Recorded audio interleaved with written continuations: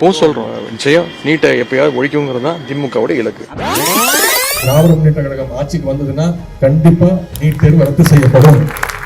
எங்களுக்கு தெரியும் எப்படி ரத்து பண்ணணும்னு. நிச்சயம் நீட்டை எப்பயாவது ஒழிக்குங்கிறது தான் திமுகவோட இலக்கு. எத்தனை காலம்தான் ஏமாற்றுவார் இந்த நாட்டிலே என்பது போல எத்தனை காலம்தான் தமிழ்நாட்டு மக்களை ஏமாற்ற நினைக்கிறார்களோ இந்த திமுகவினர்.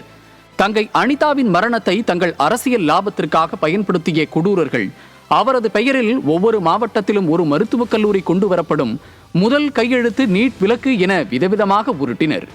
பொய்யிலே பிறந்து பொய்யிலே வளர்ந்த குடும்பத்தின் வாரிசான உதயநிதி வாயை திறந்தாலே பொய்கள் வந்து கொட்டுகிறது என மக்கள் விமர்சிக்கும் அளவிற்கு பொய்க்கு மேல் பொய்களை அள்ளி வீசி வருகிறார்.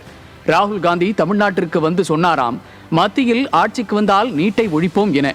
உச்சநீதிமன்றத்தில் நீட் வேண்டும் என வாதாடியது காங்கிரசின் முன்னாள் நிதியமைச்சர் ப. சிதம்பரத்தின் மனைவியும் வழக்கறிஞருமான நளினி சிதம்பரம் என்பதை மறந்துவிட்டாரா அல்லது மக்களுக்கு தெரியாது என நினைத்து பொய்களை கட்டவிழ்க்கிறாரா என கேட்கிறார்கள் கல்வியாளர்கள்.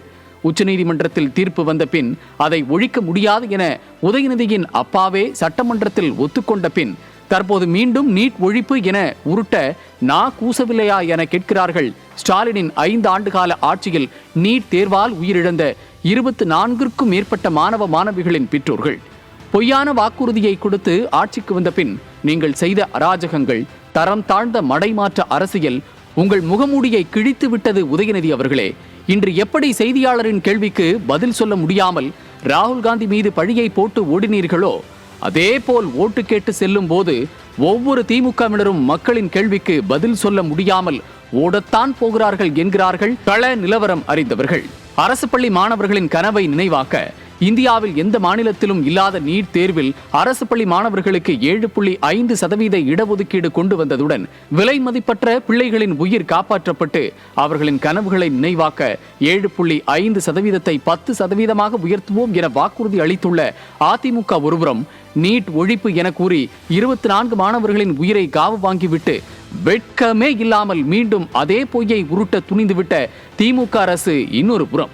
சொன்னதை செய்தது யார்? மக்கள் மீது அக்கறை கொண்டு செயல்பட்ட அரசு எந்த அரசு என்பது மக்களுக்கு தெரியும். உதயநிதி அவர்களே, இனியும் உங்கள் உருட்டுக்கள் மக்களிடம் ஈடுபடாது.